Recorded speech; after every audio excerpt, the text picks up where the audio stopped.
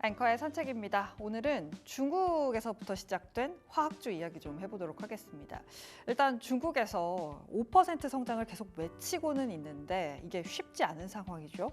이러다 보니까 대형 개발책을 내놨습니다.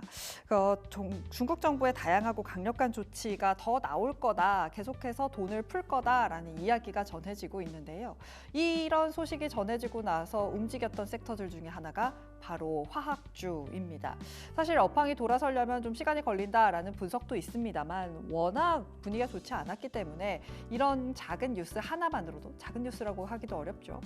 중국의 뉴스 하나만으로도 분위기 전환을 시켜줄 수 있는 트리거가 되고 있다라는 분석이 나오고 있습니다. 좀 더 자세하게 실적부터 살펴보도록 하겠습니다. 사실 화학주의 3분기 실적은 그렇게 좋지 않을 거란 전망이 훨씬 더 많습니다. 다음 장 함께 확인해 보시죠. 일단 하반기 스프레드 보시면 대부분 머물러 있는 상태입니다. 대부분의 화학 제품들의 스프레드가 지금 비슷한 현상이 나타나고 있고요. 또 정유업계 같은 경우는 적자도 낼 거다라는 전망들이 나와 있습니다. 스프레드가 반등하지 못하고 특히나 연초에 두바이라든지 납사 같은 경우가 마이너스 13%, 9%의 급락을 보이면서 재고 손실도 발생했고 환율도 하락하고 해운 물류 비용도 늘어나면서 3분기 실적은 좋지 않을 거다라는 분석이 나와 있습니다. 하지만 워낙 역사적인 밸류 하단에 내려와 있기 때문에 3분기 실적 좋지 않다고 더 이상 빠질 자리도 아니다라는 분석입니다. 화학 펀더멘털 계속해서 안 좋지만 그래도 업종 수급 측면에서는 이미 바닥권에 들어와 있기 때문이라고 설명을 하고 있습니다. 일단 화학주의 큰 사이클은 이제는 좀 회복세에 들어오고 있습니다. 왜 그런고 하니 첫 번째는 대규모 증설 사이클이 끝나고요. 두 번째로는 지정 확장 리스크가 해소가 되고 있고 또 금리 인하기에 돌입했다라는 건데요. 일단 증설 사이클이 거의 끝나가는 시기에 들어와 있습니다. 증설이 끝나게 된다면 아무래도 공급 면에서도 차이가 날 수 있기 때문에 변화가 생길 수 있겠죠.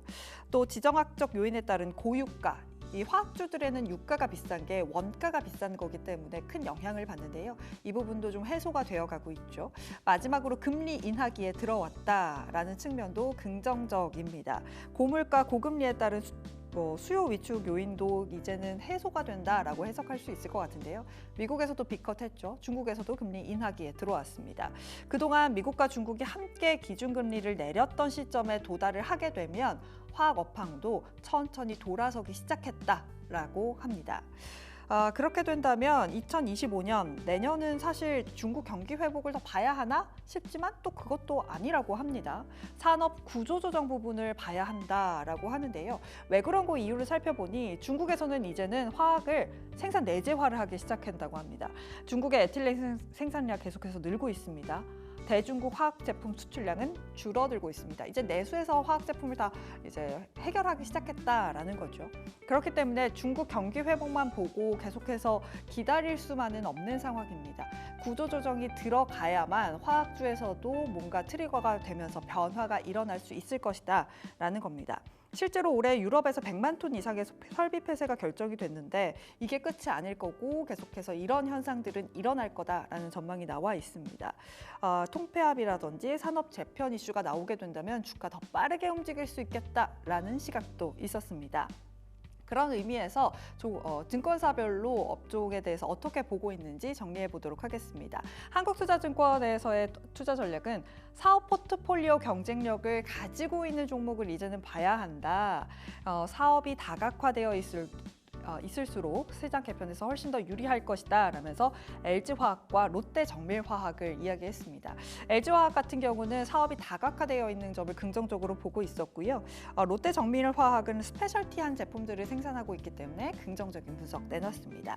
다음으로는 하나증권의 의견 함께 살펴보도록 하겠습니다. 일단 글로벌 경쟁력이 있고 실적이 있는 종목들을 봐야 한다라는 코멘트를 내놨는데요. 사실 밸류에이션이 워낙 역사적 저점에 들어와 있기 때문에 어떤 종목을 사도 그렇게 부담이 있는 시점은 아닙니다만 그래도 글로벌 경쟁력이 우수하고 실적을 잘 가져가고 있는 종목들을 봐야 한다. 이미 화학의 업황 저점은 지났다라는 분석 내놓으면서 LG화학, 금호석유, KCC, 효성TNC, 유니드 같은 종목 제시를 했습니다. 마지막으로 IM증권에서도 비슷한 의견을 내놨습니다.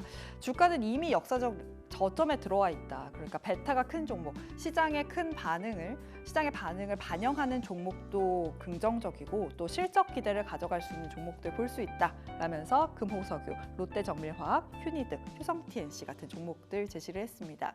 종목들 보시면 굉장히 비슷한 종목들이 계속해서 제시가 되고 있다는 것 확인해 보실 수 있습니다. 그만큼 화학 업종이 워낙 좋지 않았다가 돌아서고 있는 상황이기 때문에 비슷한 뷰를 가지고 있는 게 아닐까라는 생각도 드네요. 지금까지 화학 업종 정리해봤습니다.